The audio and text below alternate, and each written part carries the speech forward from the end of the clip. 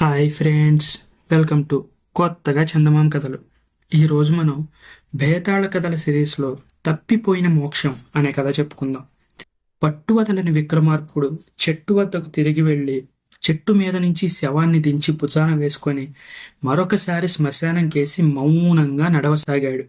అప్పుడు శవంలోని బేతాళుడు, రాజా, నువ్వు చేసే ఈ పని మంచిదో కాదో జాగ్రత్తగా ఆలోచించడం మంచిది. ఎందుకంటే ఎంత దీర్ఘాయువు ఉన్నప్పటికీ మంచి పనులు చేయడానికి వ్యవధి ఉండదు. వాటిని ఆ క్షణంలోనే చేయాలి. పూర్వం రత్నపాలుడనే రాజు 50 సంవత్సరాల గడువులో ఒక్క మంచి పని కూడా చేయలేకపోయాడు. నీకు అతని కథ చెబుతాను విను అంటూ కథ చెప్పడం ప్రారంభించాడు. పూర్వం అలకాపురాన్ని రత్నపాలుడనే రాజు ఏలుతూ ఉండేవాడు. ఆయనకు ఎంతసేపు ఇహసుఖాల మీద మమకారమే తప్ప పరలోకాలను గురించిన విచారమే లేదు. భగవద్ధ్యానం చేసేవాళ్ళన్నా, పూజలు పునస్కారాలు చేసేవాళ్ళన్నా ఆయనకు చిరాకు. వేటాడటం, జూదాలాడటం, సంగీతాలు, నృత్యాలు, స్త్రీలతో సరస సల్లాపాలు ఆయనకి ఇష్టం. ఒకసారి శివరాత్రి వచ్చింది. ఆ రోజు అందరూ ఉపవాసాలుంటారు, జాగారం చేస్తారు. దేవాలయాల్లో శివుడికి పూజలు, అభిషేకాలు, అర్చనలు జరుగుతాయి. ఇదంతా రాజుకు ఏమాత్రం ఇష్టం లేదు.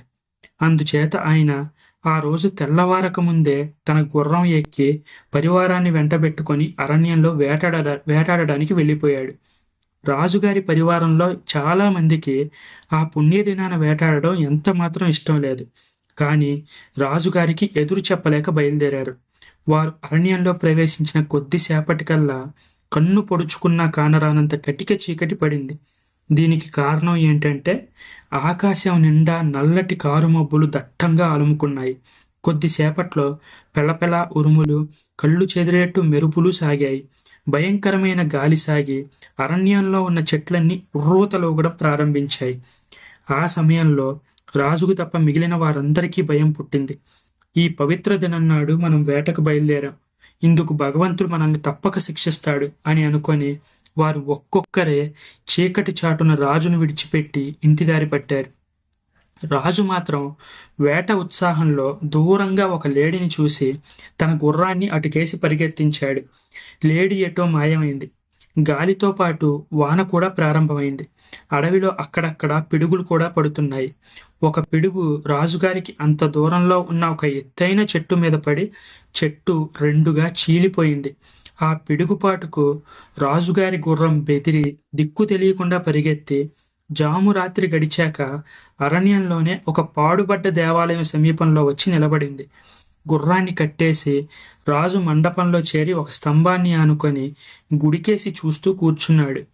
మొదట గుడిలోకి పోదామని ఆయన అనుకున్నాడు. కానీ అలా చేస్తే దేవుడు ఆగ్రహిస్తాడని ఆయనకు అనుమానం వేసింది. ఇప్పటికే దేవుడికి నాపై కోపం వచ్చింది. ఈ రోజుకు నేను వేటకు బయలుదేరడం అనేది పొరపాటే. అందుకే దేవుడు ఈ పిడుగుల వాన పంపాడు. నా చేత ఇవాళ ఉపవాసం చేయించాడు. ఈ రాత్రికి జాగారం కూడా చేయిస్తాడు అనుకున్నాడు రాజు. ఇంకా గాలి వీస్తూనే ఉంది, వాన కురుస్తూనే ఉంది. కావాలనుకున్నా ఆయనకు నిద్ర వచ్చే అవకాశం లేదు. నట్టడవిలో ఉన్న ఆ పాడుబడిన దేవాలయం కేసి చూస్తూ స్తంభానికి చేరగలబడి కూర్చున్న రాజుకు ఒక ఆశ్చర్యకరమైన దృశ్యం కనబడింది. అర్ధరాత్రి సమయంలో ఆ గుడి తలుపు తెరుచుకుంది. ఒక అర్చకుడి లాంటి మనిషి బయటికి వచ్చి ఎవరైనా వచ్చారేమో అన్నట్టుగా అటు ఇటు చూసి మళ్ళీ లోపలికి వెళ్ళిపోయి తలుపు వేసుకున్నాడు. నిర్జనమైన ఈ ప్రదేశంలో, అందులోనూ ఈ పాడుబడిన దేవాలయంలో అర్చకుడు ఉండడం ఏమిటి? ఆయన పెట్టాడు కాబోలు. లోపల దీపాలు వెలుగుతున్నాయి కూడా. మరి కొంచెం సేపు గడిచాక ఆ అర్చకుడే మళ్ళీ బయటకు వచ్చి ఎవరూ లేకపోవడం చూసి లోపలికి వెళ్ళిపోయాడు. ఈసారి రాజు అర్చకుణ్ణి జాగ్రత్తగా గమనించాడు. ఆ అర్చకుడు బతికి ఉన్న మనిషి కాదని, దెయ్యమని రాజుకు అనుమానం వేసింది. ఎవరో అర్చకుడు చచ్చిపోయి కూడా ఈ ఆలయాన్ని వదలకుండా దేవుడికి సేవ చేస్తున్నాడనమాట. ఎంత పుణ్యాత్ముడు! నేను ఏనాడు దేవుణ్ణి తలుచుకొని కూడా ఎరగను. ఇక నేను కూడా నా జీవితాన్ని భగవంతుడి సేవకు అంకితం చెయ్యాలి అనుకున్నాడు రాజు.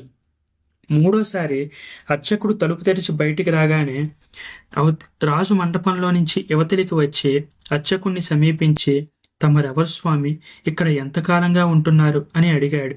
అర్చకుడికి రాజును చూడగానే పరమానందమైంది. ఎవ్వరూ రాలేదే అనుకుంటున్నాను. లోపలికి రా నాయనా. నేను 100 ఏళ్లుగా ఈ గుడికి అర్చకుణ్ణి. కనీసం శివరాత్రి నాడైనా భక్తులు వస్తారేమో అనుకుంటాను. ఎన్నో సంవత్సరాల తర్వాత ఇప్పుడు నువ్వు వచ్చావు. ఈశ్వరుడి అభిషేకం చేయిస్తావా అన్నాడా అర్చకుడు. లేదు స్వామి, నేను పాపాత్ముణ్ణి. ఈ స్థితిలో నేను ఆలయంలోకి రావడం భావ్యం కాదు. అయినా నాకు ఈశ్వర ధ్యానం చేసి తరుద్దామని కోరిక ఉంది. తమకు తెలిస్తే నాకొక్క సంగతి వివరించి చెప్తారా అన్నాడు రాజు. నాకు తెలిస్తే చెప్తాను నాయనా అన్నాడు అర్చకుడు. నేను ఇంకా ఎంతకాలం బతుకుతాను, ఎప్పుడు పోతాను అని రాజు అడిగాడు. నువ్వు ఇంకా 50 సంవత్సరాలు బ్రతికి ఇదే శివరాత్రి పుణ్యదినాన అర్ధరాత్రికి దేహం చాలిస్తావు అన్నాడు అర్చకుడు. రాజుకు పరమానందమైంది. ఆయన అర్చకుడి వద్ద సెలవు పుచ్చుకొని మండపం లోపలికి వచ్చి తెల్లవారేదాకా నిద్రపోయి తర్వాత తన నగరానికి వెళ్ళిపోయాడు. ఇంటికి వెళ్ళాక ఆయన, నాకింకా 50 సంవత్సరాలు ఆయుర్దాయం ఉంది. ఇందులో 25 ఏళ్ళు ఇలాగే అనుభవించవలసిన సుఖాలన్నీ అనుభవించి మిగిలిన 25 సంవత్సరాలు నిశ్చలంగా భగవంతుణ్ణి ధ్యానించి తరిస్తాను అనుకున్నాడు. ఇలా నిర్ణయించుకున్నాక రాజు ఎప్పటికన్నా ఎక్కువ సౌఖ్యాలలో మునిగి తేలడం మొదలుపెట్టాడు. 25 సంవత్సరాలు ఒక్క క్షణంలా గడిచిపోయాయి. ఈ సంగతి తెలియగానే రాజు ఆశ్చర్యపోయాడు. అరే, చూస్తూ ఉండగానే 25 ఏళ్ళు గడిచిపోయాయే. అయినా నాకింకా ప్రపంచ సుఖాల మీద విరక్తి కలగలేదు.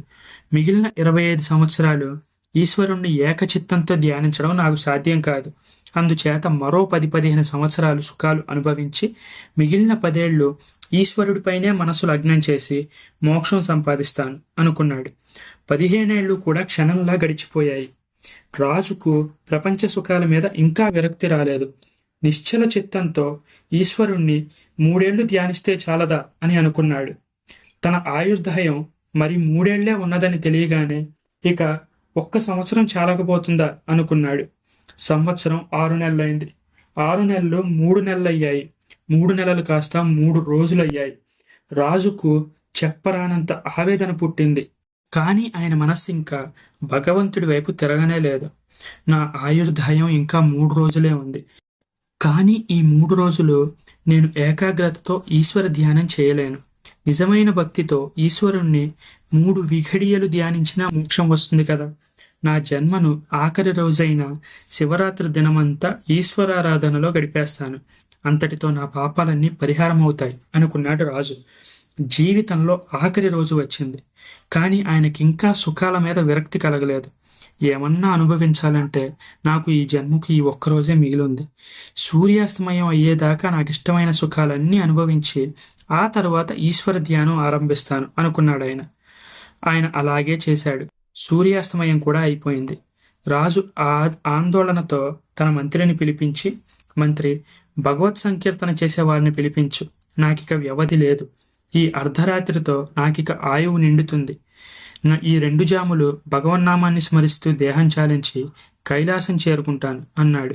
అదేం మాట మహారాజా, తాము 100 ఏళ్లు జీవిస్తారు అన్నాడు మంత్రి. లేదు, నా చావు సంగతి నాకు పూర్తిగా తెలుసు. వ్యవధి లేదు. అందుచేత వ్యర్థ ప్రలాపాలు చేయక వెంటనే భజన చేసేవారిని పిలిపించు అన్నాడు రాజు. అయితే భజన వాళ్ళు వచ్చేలోపునే రాజుకు అకస్మాత్తుగా మూర్ఛ లాంటిది వచ్చి పడిపోయాడు. ఆ మూర్ఛతో పాటు వచ్చిన మైకం నుంచి ఆయన కోలుకోనే లేదు. సరిగ్గా అర్ధరాత్రి సమయానికి ఆయన ప్రాణాలు శరీరాన్ని విడిచిపెట్టాయి. బేతాళుడు ఈ కథ చెప్పి, రాజా, నాకొక్క సందేహం. రత్నపాలుడు 50 సంవత్సరాల గడువు ఉండి కూడా తన మనస్సును భగవంతుడిపైన ఎందుకు లగ్నం చేయలేకపోయాడు? భగవద్ధ్యానం మీద ఇష్టం లేకనా, లేకపోతే విధి అనుకూలించకనా? దీనికి సమాధానం తెలిసి కూడా చెప్పకపోయావంటే నీ తల 1000 ముక్కలవుతుంది అన్నాడు. దానికి విక్రమార్కుడు, రత్నపాలుడికి భగవద్ధ్యానం చేసి పాపాలు పరిహారం చేసుకోవాలని, మోక్షం పొందాలని కోరిక ఉన్నమాట యథార్థమే. అయితే ఆ కోరిక నెరవేరకపోవడానికి కారణం ఆయనే. ఎందుచేతనంటే ఆయనకు మోక్ష సుఖం మీద కోరిక ఉన్నా ఇహసుఖాల మీద కోరిక చావలేదు. ఈ 2 కోరికలు ఒక చోట ఇమడలేవని ఆయన గ్రహించలేదు. ఇహసుఖాలు అనుభవించగా తన మనసుకు వాటిపై విముఖత్వం కలుగుతుందని ఆయన భ్రమపడ్డాడు. ఇహసుఖాలు ఊబిలాంటివి. వ్యవధి ఇచ్చిన కొద్దీ అవి మనసును తమలోకే లాక్కుంటాయి. స్థిరబుద్ధితో ఒక్క విగడియ భగవంతుణ్ణి స్మరించినా చాలునన్న మాట నిజమే. కానీ ఆ స్థిరచిత్తం సాధించడానికి ఎన్నో ఏళ్లు కృషి చేయాలి. రత్నపాలుడు అలాంటి కృషి ఏమాత్రం చెయ్యలేదు. ఇదే ఆయన చేసిన తప్పు. అందుకే ఆయనకు 50 సంవత్సరాల వ్యవధి కూడా చాలకుండా పోయింది. భగవంతుణ్ణి తలుచుకోకుండానే మరణించాడు అన్నాడు. రాజుకు ఈ విధంగా మౌనభంగం కలగగానే బేతాళుడు శవంతో సహా మాయమై మళ్ళీ చెట్టెక్కాడు. ఈ కథ మీకు నచ్చినట్లయితే దీన్ని లైక్ చేయండి, మీ ఫ్రెండ్స్ అందరికీ షేర్ చేయండి. అలాగే మన ఛానల్ని సబ్స్క్రైబ్ చేసుకోవడం మాత్రం అస్సలు మర్చిపోకండి. Thank you friends.